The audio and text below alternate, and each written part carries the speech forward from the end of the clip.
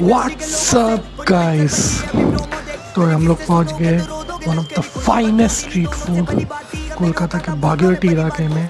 पूरा आपको लाइन से एक स्ट्रीट फूड के मस्त दुकान मिल जाएंगे, जिसमें से ये दार्जिलिंग मोमोज और कुकरू चिकन्स का दुकान है, जिसमें आपको ए क्लास क्वालिटी के मोमोज और डिफरेंट चिकन कबाब्स मिलेंगे, वो भी बहुत कम प्राइस में, बहुत ही डिलीशियस है।